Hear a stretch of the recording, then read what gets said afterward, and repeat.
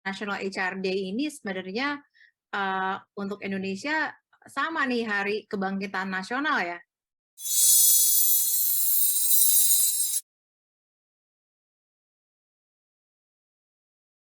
Bahwa sekarang adalah HR International Day.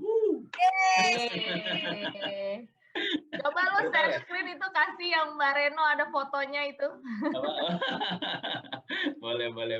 Nanti kita kasih lihat ya sama netizen atau orang kerja. Orang kerja. Orang kerja. Gitu. Orang Sebelumnya kerja. lo udah pernah tahu Ren, ada apa sih namanya? Ada hari yang harus hanya diselebrate lo sama HR, bahwa ada HR International Day 20 Mei. Setiap 20 Mei. Hah? Nih Ren, gue nih, kalau Mbak Reno udah tahu Ya. dong. Kalau gue nggak tahu, makanya gue kayak wow, aku tersanjung 15 gitu ya. Jadi kayak ada hari buat profesi yang aku cintai, keren sekali. Sama baru tahu. Bang Vijo, lo sebelumnya udah tahu ada ini? Jujur sih, gue juga sama baru tahu hari ini. Karena kan hari ini sebenarnya tahun lalu juga kan nggak gitu seramai kayak tahun sekarang ya. Tahun ini sepertinya kayak orang pada seliweran di WA group tuh. Udah grup satu, grup yang lain gitu ya. Dan sebenarnya kayaknya lebih ramai. Jadi gue juga lebih aware gitu. Oh, ada ya celana HRD gitu ya. Jadi yang baru tahu ya. Kalau Reno udah sempat bangga gitu ya sebagai HR. Akhirnya ada HRD juga ya, finally. Nah, yang ngingetin kita bersama sebenarnya Reno nih. Nah, Reno yang ngingetin kita di grup bahwa kan kita bahas HR International Day malam ini gitu loh. Ternyata ada loh gitu. Gue sebenarnya tahu sih tahun-tahun lalu kayaknya ada gitu. Cuma gue nggak tahu spesifiknya tanggal berapa gitu. Gue tahu sih ada HR Day. Cuma lo bisa tahu ini karena lo memperhatikan di dunia maya ada ini atau lo sebenarnya tahu? Gue juga taunya sehari karena dia mau diwawancarain lah. Gue taunya sehari sebelumnya. Gitu, sama hancur berarti. Sebenarnya nggak hancur sih, karena kita fokus kerja. Gue juga tahu sama lo. Tahu ada International HR Day, cuma gue nggak tahu tanggal berapa gitu sih. Sama. Oke. Ya. Jadi Reno tuh ada di HR online nih, nggak kelihatan ya di sini ya. HR apa sih namanya, Human Resource Online. Nah, teman-teman di orang kerja bisa lihat ya ada Reno di sini. Nah, apa sih yang dijawab sama Reno? Nah, kita akan bahas sama teman-teman yang ada di sini juga nih gitu. Oh ya. So, sebelum kita mulai nih benar-benar kita bahas tentang HR yang profesi kita semua nih. So, kenapa sih lo pilih jabatan ini sih, Reno deh? Kenapa lo pilih jabatan pilih profesional as HR gitu loh, buat profesional profesi lo saat ini gitu, atau lo start mungkin gue nggak tahu lo startnya di HR atau bukan gitu, karena gue sendiri gue startnya di ini as engineer gue, jadi gue tuh 3 tahun di engineer dan kayak people apa sih sistem development gitu loh, bukan benar-benar di HR. Nah kalau Reno lo awalnya dari mana dan kenapa bisa terjerumus di HR dan lo bisa suka sama HR? Terjerumus bahasa lo. Daripada gue terinfected, terpapar. Gue kenapa ya gue milih HR? Karena gue nggak jago di kerjaan lain sih. Gitu ya. Terjerumus di HR ya. Terjerumus di HR. Dari awal tahu sendiri ya, Iran juga sama sama gue. Gue kan jurusan psikologi ya. Kalau jurusan psikologi di kerjaan rata-rata orang pasti pertama-tama milihnya HR duluan ya. Nggak HR. Ya, karena nggak ada jabatan lain ya kalau lulusan psikolog ya, sekalian psikolog atau HR ya. Sempit banget ya. Sebenarnya ya. Cuman memang alhamdulillahnya memang cocok sih sama passion untuk developing team, developing the business, dan pas juga sama jurusan gue dulu juga ya, gimana ngelihat sistem organisasi itu bisa berkembang dengan adanya strategi orang dan budaya yang ada di perusahaan itu. Jadi ya alhamdulillah gue pas banget sih sama yang gue senangin ya gitu. Oke. Syukurlah kalau begitu. Kirain kan sama dari psikolog gitu. Lo apa sih namanya dulu waktu psikolog tuh dipaksa sama orang tua kan biasanya gitu ya. Dulu tuh banyak yang paksa, udah lo jadi dokter, jadi tentara dan lain-lain. Tapi kan jarang juga orang tua milih, lo jadi psikolog gitu loh. Iya, Apa lo seperti itu apa lo milih sendiri waktu itu? Gue waktu itu milih sendiri, tapi gue kayak sosokan ini ya. Jadi gue langgan majalah dulu kan ada majalah, masih ada kayak sekarang yang majalah gadis tuh kan banyak ini ya apa kuesioner pop gitu ya. Nah itu tuh apa namanya sifatnya kayak psikologi banget gitu. Jadi gue nggak ngerti banget psikologi, cuman pokoknya gue mau kuliah psikologi karena kayaknya lihat kuis-kuis itu di majalah kayak lucu gitu. Ya udah akhirnya ke psikologi sih gitu kuliahnya.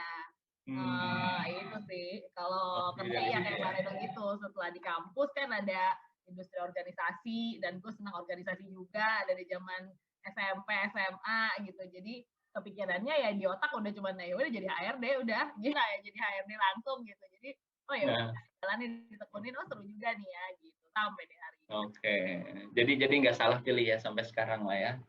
Mungkin tepat hari ini gue berpikir mungkin gue perlu cari profesi yang lain lagi gitu mulai gimana. Ini serius nih beneran, lo kenapa berpikiran seperti itu? Kenapa lo berpikiran kayaknya lo harus cari profesi yang lain? Lo nggak cocok di HR? Apa lo udah ngerasa? Sampai ke apa? Karena pertanyaan misteri semua kan? Iya, misteri. Iya, kalau mau jujur sih emang dealing with people is not that easy gitu ya. Walaupun maksudnya dengan background psikologi lah, dengan apa ya namanya kita kan dengan interview dan segala macam kita ketemu banyak orang, kita mengenal karakter orang dan segala macam gitu ya. Tapi ternyata dealing dengan orang yang bahkan support kita, artinya apa namanya baik relationship-nya dengan kita maupun yang di kantor juga mungkin nggak terlalu baik hubungannya dengan kita itu juga sama sulitnya gitu loh. Kayak apa ya karena semuanya punya kepentingan kan gitu ya. Nah, menyatukan kepentingan, menyatukan apa namanya teamwork, gimana pola kerja dan segala macam itu ternyata juga nggak semudah itu gitu. Jadi gue mulai kayak, aduh gue mau ini apa ya gitu ya. Atau misalnya mungkin gue masih seneng di HR, tapi mungkin gue mulai nggak yang direct. Artinya mungkin gue di belakang layar mulai jadi mungkin kayak konsultan gitu ya. I'm giving advice, tapi I'm not the one who doing it. Gitu mungkin. Emang unik ya, dealing sama people tuh emang unik banget gitu. Nggak bisa satu orang sama yang lain tuh bisa kita manage-nya sama tuh nggak mungkin. Betul, karena banyak X faktornya ya, kerjaannya itu sendiri, situasinya pada saat itu terjadi gitu. Jadi banyak banget gitu, dan kemampuan orang berkomunikasi, kemampuan orang berpikir, beradaptasi dengan lingkungan baru, atau misalnya itu kan variatifnya, maksudnya X faktornya tuh banyak banget gitu ya, mempengaruhi kita di dunia kerja gitu. Gue mundur deh ya, mungkin gue di konsultan kan ya gitu, jadi gue nggak yang berhadapan langsung gitu, gue giving advice, tapi lo aja di sana yang lakuin gitu, atau nanti gue kepikiran apa, cuman kayak momen ini mungkin juga momen yang gue lagi di kantor hektik banget juga, jadi mungkin apa namanya itu juga sih yang mungkin gue kebawa perasaan. Bisa jadi sih, bisa jadi. Ya, for sure kan gue udah berapa belas tahun nih ya, maksudnya udah lumayan lama juga as an HR, dan ini pasti gue suka, gue ini juga, dan kita join di komunitas juga, kita segitunya sih involved terhadap profesi ini ya, jadi definitely kita cinta banget sih sama profesi kita gitu. Cuman ya adalah momen-momen yang bad day ya, yang kadang kita ngerasa pengen give up gitu, kayaknya aduh udah capek gitu ya. Oke.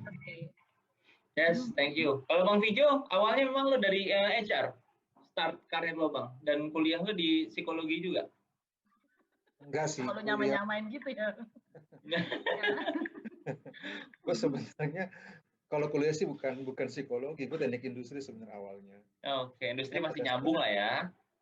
Nggak gitu nyambung, karena gue sebenarnya ngelamar dari 3 perusahaan, 2 perusahaan lebih ke nyambung ke pabrik gitu ya, production, satunya di HR. Kebetulan kan opennya itu. Oke. Ternyata yang quick respon itu yang HR gitu, yang di Cilacap. Jadi ya gue jalanin gitu. Ternyata akhirnya apa sih terjebak lah di situ ya?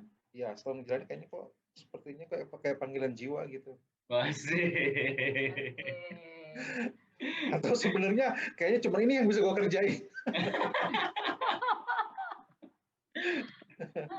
Ya dari situ udahlah, dari tahun 2000 sampai sekarang lah kurang lebih. Wow, lu bilang tadi panggilan jiwa, terus Enggak sih, panggilan jiwa. panggilan jiwa, karena itu yang manggil, terus karena dia yang tertarik duluan, akhirnya terjebak di HR, akhirnya keterusan ya di HR. Ya. Apa sih sebenarnya yang lo sudah pernah lakuin gitu loh? Ini kan memang passion, kalau passion kan berarti kan bisa, wah apa aja bisa dilakuin gitu. Apa yang lo pernah lakuin dan bener lo ingat banget, oh ini passion gue banget dan gue memang melakukan hal ini dan ini tuh bisa menyenangkan lo, bisa membahagiakan lo dan itu apa sih namanya mungkin impact untuk sekitar tuh ada gak yang pernah lo lakuin itu selama di profesi lo?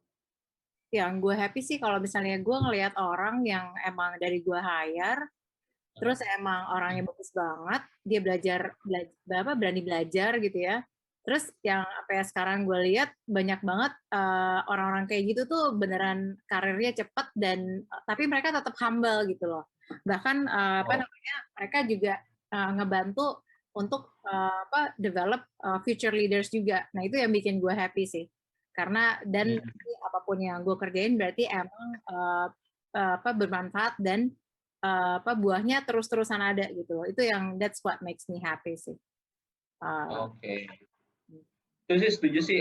Jadi gue juga mau cerita sedikit. Jadi dulu gue kan memang bukan di HR ya. Gue pertama di tambang tuh bener alat berat gitu ya. Bener-bener hubungannya sama mesin-mesin, sama equipment, sama part-part gitu. Nggak jarang sama orang yang paling kan ya sama atasan aja kan ngobrol.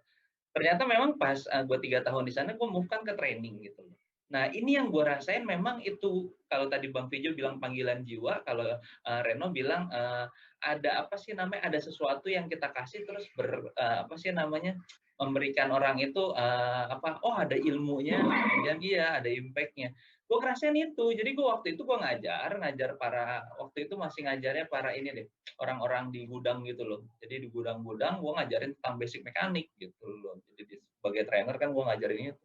Dan dia tuh happy banget sampai gue selesai ngajar. Jadi waktu itu materinya sekitar 4-5 hari itu seminggu. Jadi selesai gue ngajar, itu tuh mereka berbondong-bondong ke hotel gue. Waktu itu gue ngajar di Kalimantan kan. Bondong-bondong ke hotel gue, bawa makanan gitu kayak amplang, bawa segala macem. Wih, kok segininya kan Pak?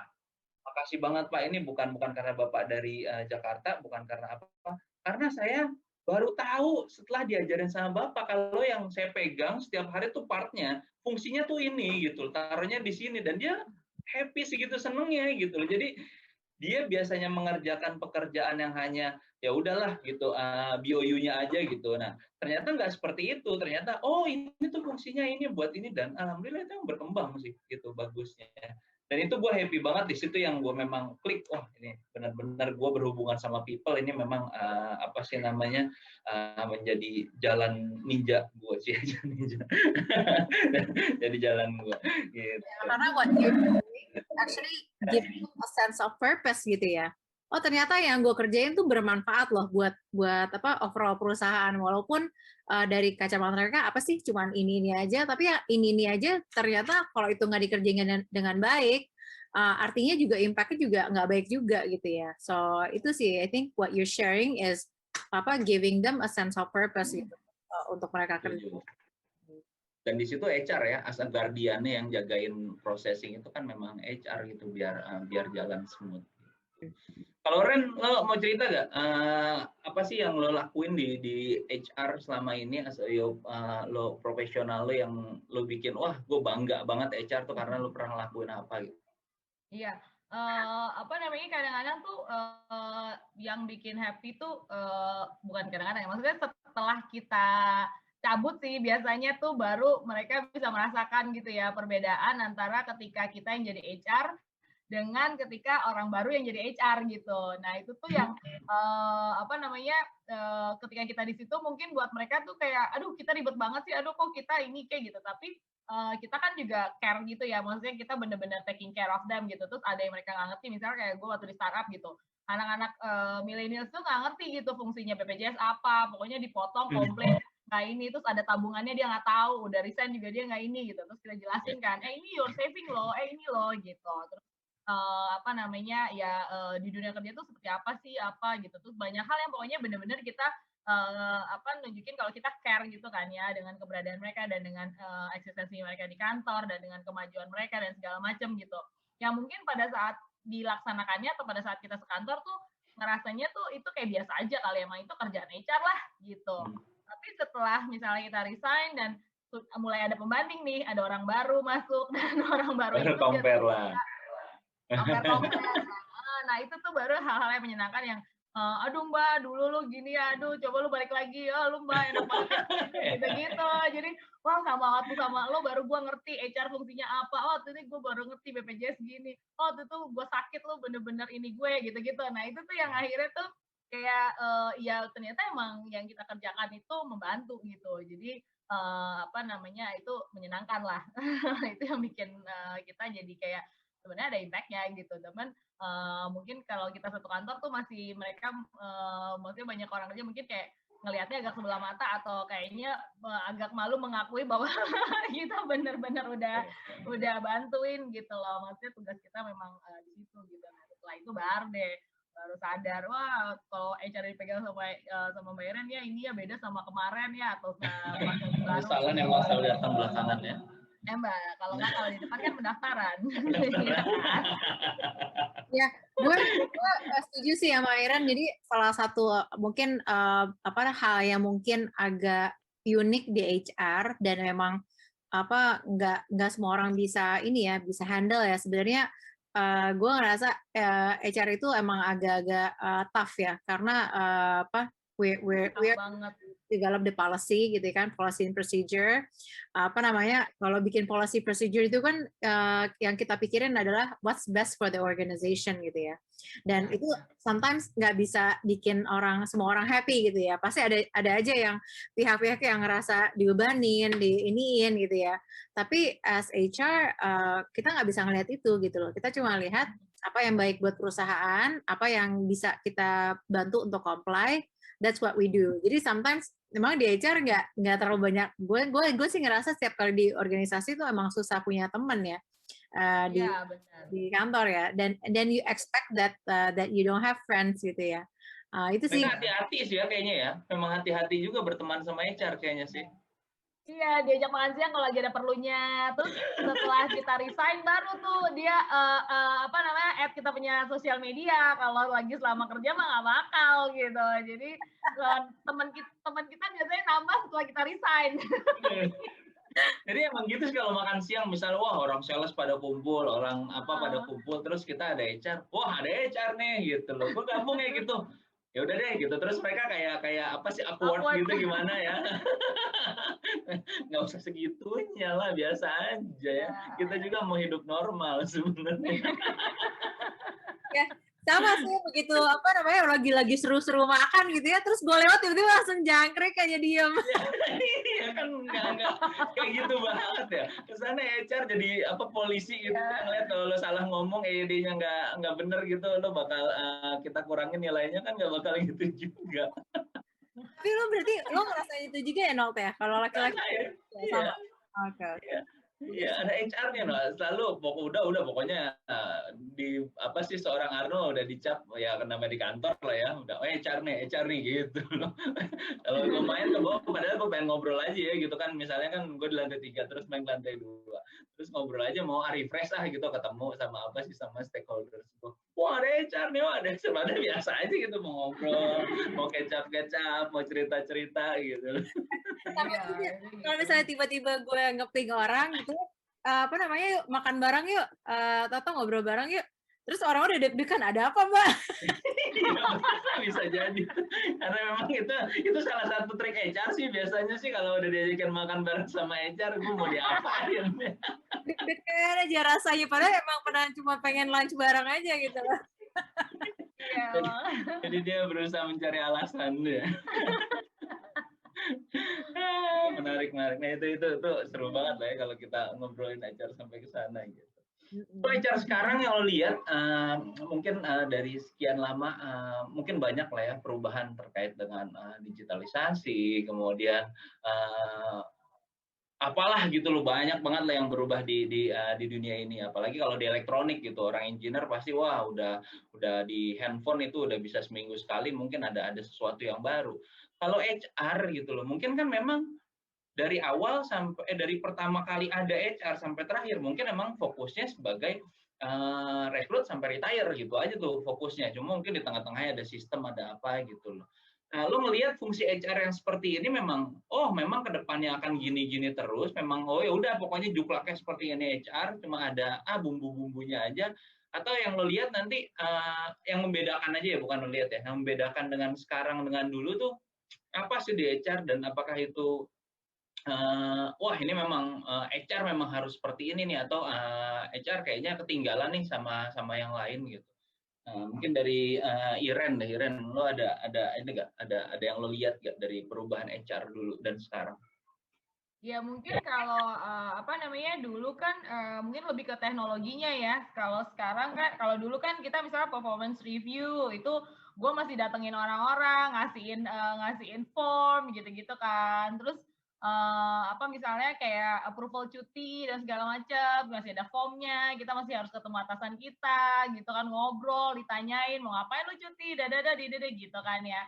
Nah, kalau sekarang kan udah ada teknologi ya, udah ada HRIS lah, udah ada aplikasi lah intinya. Jadi udah hampir nggak ketemu ya kita gitu kalau misalnya mau minta cuti lah atau ada overtime lah gitu, semuanya tinggal masukin ke sistem, selesai gitu. Jadi malah menurut gue akhirnya menjadi kurang secara personal tuh udah nggak berkomunikasi lagi gitu ya, terlalu banyak antara kita dengan karyawan atau karyawan dengan atasan, maksudnya bawahan dengan atasannya gitu-gitu ya. Jadi mungkin yang harus tetap dijaga ya bagaimana supaya yang kayak tadi Mbak Reno bilang atau yang sering kita alami gitu ya. Jadi yang lo highlight pokoknya ada sistem lah yang membedakan antara dulu dan sekarang. Yang tadinya dulu tradisional, sekarang udah ada sistem yang support HR, akhirnya ya bisa seperti ini gitu dan lebih maju ya HR-nya ya. Iya sih, cara teknologi lebih maju gitu. Cuman akhirnya mungkin secara komunikasi atau apa jadi berimpact juga karena akhirnya kita nggak terlalu ketemu juga ya. Cuman kan memang sulit juga ya kalau untuk karyawan yang puluhan mungkin masih oke. Yang ribuan kan emang nggak bisa ketemu ya, gitu. Emang susah banget ya gitu.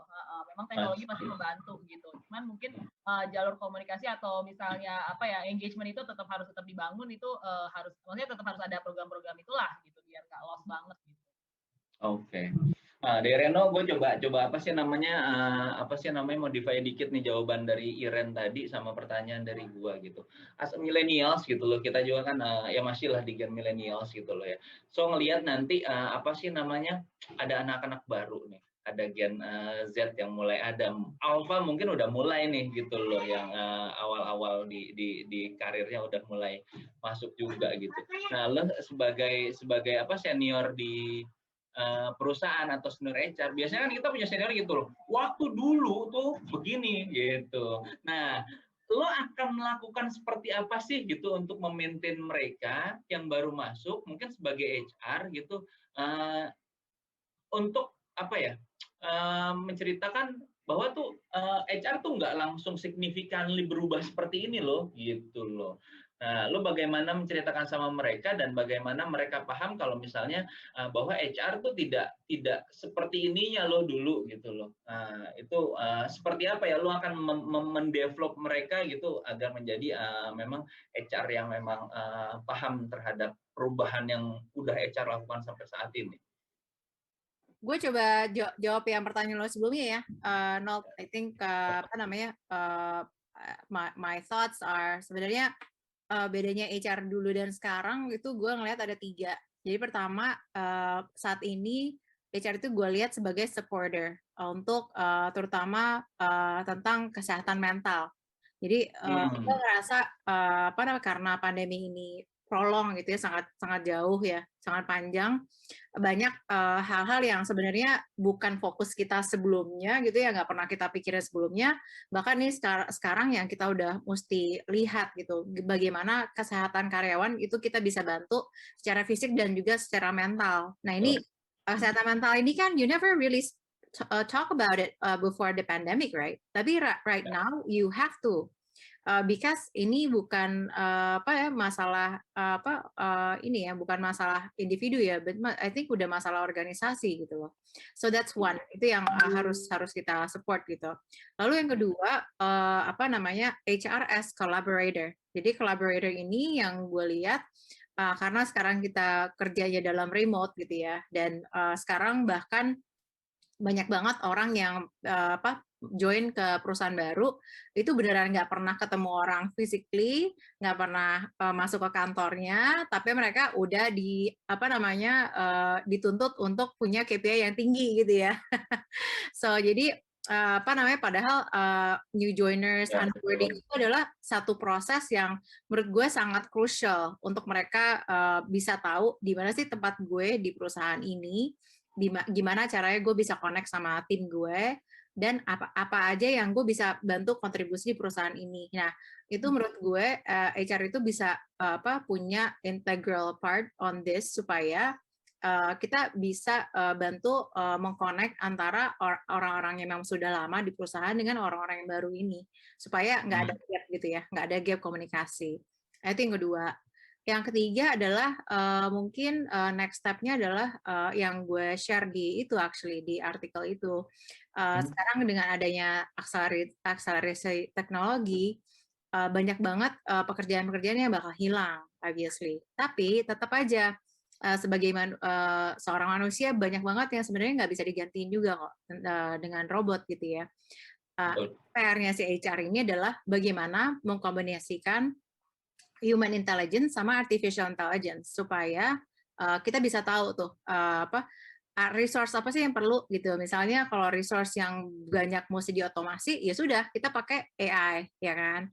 Tapi ada resource yang sebenarnya kita butuh banyak pemikiran, butuh banyak creativity, critical thinking, analytical thinking gitu ya, or training gitu ya. Nah itu resource yang memang kita beneran human banget gitu loh.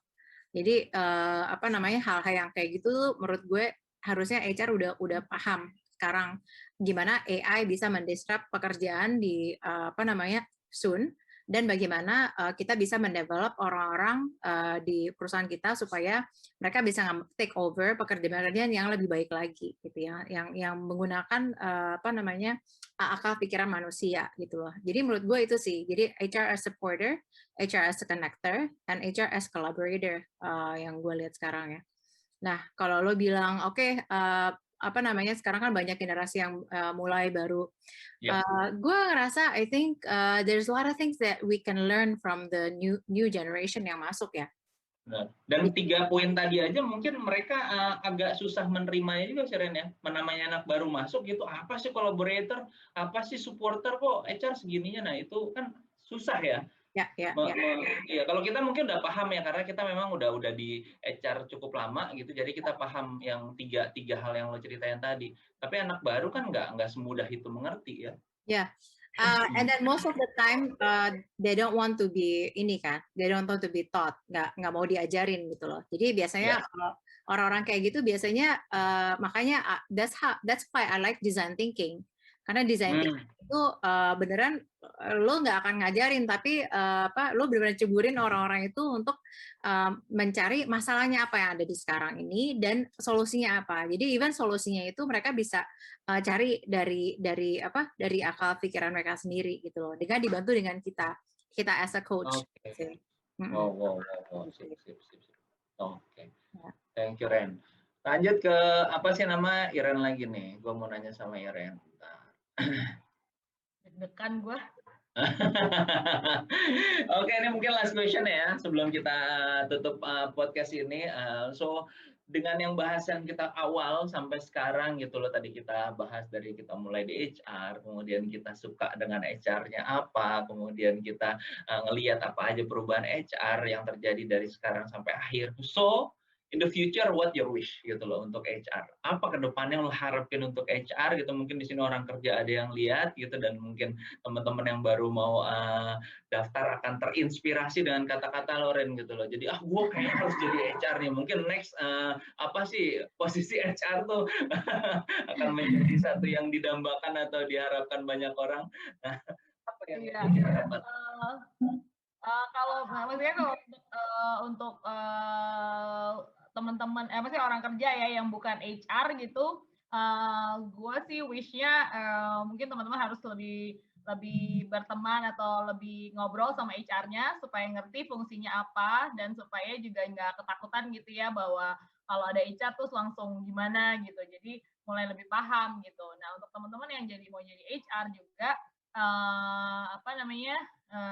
jangan takut juga karena kita sharing gini terus jadi kayak ketakutan gitu ya bahwa aduh kalau ternyata jadi HR tuh punya banyak kendala ya gitu. Enggak juga gitu.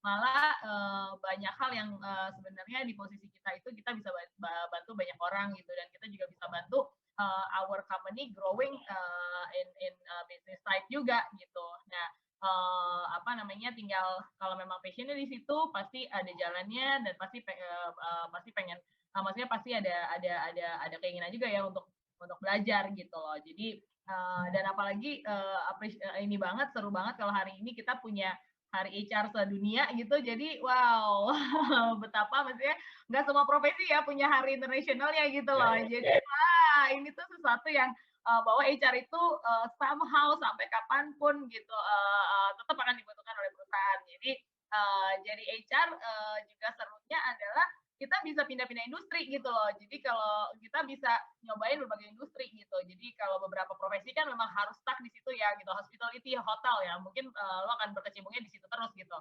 Tapi kalau misalnya HR ya, kalau kita pengen cobain startup, pengen cobain established company, kita pengen cobain industri A, B, C, itu terbuka banget gitu. Karena as an HR, as a support system, kita memang bisa bekerja di mana aja gitu. Jadi harapan gue bisa lebih banyak lagi orang-orang muda yang pengen jadi HR dan menikmati hari HR sedunia bersama-sama ketika nanti sudah mulai berkarir dan sudah mulai merasakan serunya jadi seorang HR. Gitu kali. Thank you. Buat Reno, pertanyaan terakhir juga nih. Gue nyambung dari pertanyaan Iren. Kita men-celebrate HR Day hari ini gitu loh. Hari ini misalnya kita lakukan ini ya, apa sih namanya HR Day. Misalnya kalau misalnya, Hari Bumi Sedunia gitu loh. Kita sama-sama nanam tanaman gitu loh. Kemudian misalnya Hari AIDS gitu loh. Kita sama-sama pakai lambang gitu. Kemudian kita apa sih namanya melakukan apa sih sumbangan gitu untuk pada para yang apa sih namanya ya itulah gitu. Nah kalau HR gitu loh. Ya seniman gitu loh, mungkin bisa bikin, kita ngadain yuk gitu karya seni. HR ngapain gitu loh, kita mau celebrate-nya ngapain deh ketemu, terus apa sih yang harusnya kita lakukan gitu dengan selebrasi ini gitu loh. Mungkin dari Reno dulu deh, nanti baru Bang Fijo, apa yang harusnya kita celebrate di sini dan apa real event atau yang lo pikirkan untuk memeriahkan celebrate ini. Ya, menurut gue apalagi Hari International HR Day ini sebenarnya untuk Indonesia sama nih Hari Kebangkitan Nasional ya. I think this is a good opportunity for us gitu ya as bangsa Indonesia gitu ya untuk melihat bagaimana sih kita sebagai seorang HR bisa berkontribusi untuk membangun bangsa gitu ya. On a larger scale. So jadi yang gue lihat sih kalau one of the things that we can do gitu ya, kalau misalnya kata lo artis doing some entertainment, kalau yang lain mungkin do something else. Kalau menurut gue sih sumbangsi kita adalah some thought leadership tentang how we can develop our people. How we can develop the next generation. As you know, kita kan bakal ada bonus demografi ya in 2035 ya, 2035, and that's a real threat untuk bangsa kita kalau misalnya nggak bisa dibantu dengan pemikiran bagaimana kita bisa bridging the gap ya dengan demand yang ada, talent yang ada dengan supply yang saat ini ada. Nah itu menurut gue kalau misalnya kita bisa punya pemikiran itu dan pemikiran itu kita share ke teman-teman HR gitu ya, dan juga mungkin ke apa namanya praktisi bangsa. I think that would be a good opportunity for us to share on this kind of day gitu sih. Oke, thank you Reno. Bang Vijo, dari lu apa Bang? Apa sih yang harusnya kita rayakan Bang di apa sih namanya HR International Day ini? Ini karena juga kita kurang aware gitu ya. Jadi memang sebenarnya ide kepikiran sih sebenarnya jujur-jujuran aja agak sulit ya. Tapi yang jelas gini, memang hari ini hampir gue bilang hanya sekedar men-sharing tentang hari ini gitu loh, hari HR ini ke beberapa grup yang relevan gitu ya. Jadi kalau secara aktualnya harusnya apa? Ya harusnya gini. Kalau saya setuju apa yang dibilang Reno gitu ya, bahwa dengan momen yang sama dengan Hargitnas gitu ya. Ini kan suatu menandakan bahwa hari kebangkitan, ya kalau secara kita di negara kita kebangkitan nasional, tapi kita membawanya adalah bagaimana kita sebagai HR profesional itu menjadi trigger juga bahwa kan kita kan mengelola orang. Jadi gimana caranya peran kita itu adalah membawa orang-orang itu supaya lebih aware kepada profesinya, kepada perannya, supaya lebih gimana dalam kondisi pandemik ini. Kan semua bisnis lagi sulit, perusahaan lagi sulit, tetapi kita yuk sama-sama bangkit bahwa masih ada harapan, masih ada istilahnya secercah cahaya yang bisa kita lakukan sebagai orang HR di dalam kesulitan saat ini. Jadi kita menjadi bersama tim gitu ya, yuk memberi semangat sebagai lilin, sebagai penerang gitu loh. Yang mana ya artinya melalui peran kita meskipun sekecil apapun, kayak gue tadi tiba-tiba dalam kondisi seperti ini, begitu big boss calling ya gue harus tetap ready, standby apapun yang dikerjakan sesuai dengan peran kita. Ya karena saat ini kan HR kadang-kadang perannya bukan sebenarnya sebagai HR, ada yang sebagai satgas, ada yang sebagai mungkin partner bisnis, karena ya itu tadi kondisi perusahaan lagi kondisi yang memang beradaptasi dengan kondisi pandemi ataupun kondisi masa-masa sulit. So kita harus memasang diri bahwa kita saat ini yuk tidak terpilih-pilih dalam satu fungsi, tapi bagaimana kita sebagai orang HR memberikan satu spirit bahwa yuk kita sekarang fokus pada pekerjaan, fokus pada karya, dan supaya kita bisa survive dan perusahaan bisa bangkit kembali dan malah bisa bertumbuh. Mungkin itu sih, susah gue spesifik mau gimana, tapi ya menjadi jalan yang terbaik lah intinya gitu kepada peran kita baik di perusahaan ataupun di lingkungan kita pun di mana berada. Ya, silakan, tugas lo kan merangkum ya. Pusing tuh. Oke, di akhir podcast ini memang kalau kita yang tadi disampaikan ya dari Reno, Iren dan Bang Vijo sendiri, memang kerjaan HR tuh banyak yang intangible ya gitu loh. Benar-benar apa sih namanya, nggak kayak sales gitu kelihatan gitu numbers ngomongnya kan gitu loh. Kemudian kayak apa sih namanya, dokter gitu orangnya sembuh, oh dia berhasil gitu. HR nggak segitunya, mungkin orang oh itu berhasil tuh karena HR-nya enggak kok, emang di atasannya bagus kok, oh emang anaknya mau berjuang gitu. Enggak literally memang benar-benar pure HR gitu loh. Jadi memang debatable banget ya HR. So itulah HR, inilah dunia kita, inilah dunia yang unik dan mungkin banyak juga yang apa sih yang nggak tahu gitu. So di HR Internasional di ini, yuk we all as HR gitu, kita saling support gitu profession kita. Semoga kita bisa tetap menjadi HR profesional yang bisa mensupport ya organisasi kita di mana kita bekerja, dan pasti berbakti juga ya untuk bangsa Indonesia. Mungkin itu dari gue. Oke, thank you so much semuanya hari ini. Thank you. So sampai ketemu lagi di podcast yang akan datang. Pokoknya semangat terus kita sebagai semangat. Indonesia. Happy HR Day. Oke, let's celebrate HR International Day. Bye. Bye.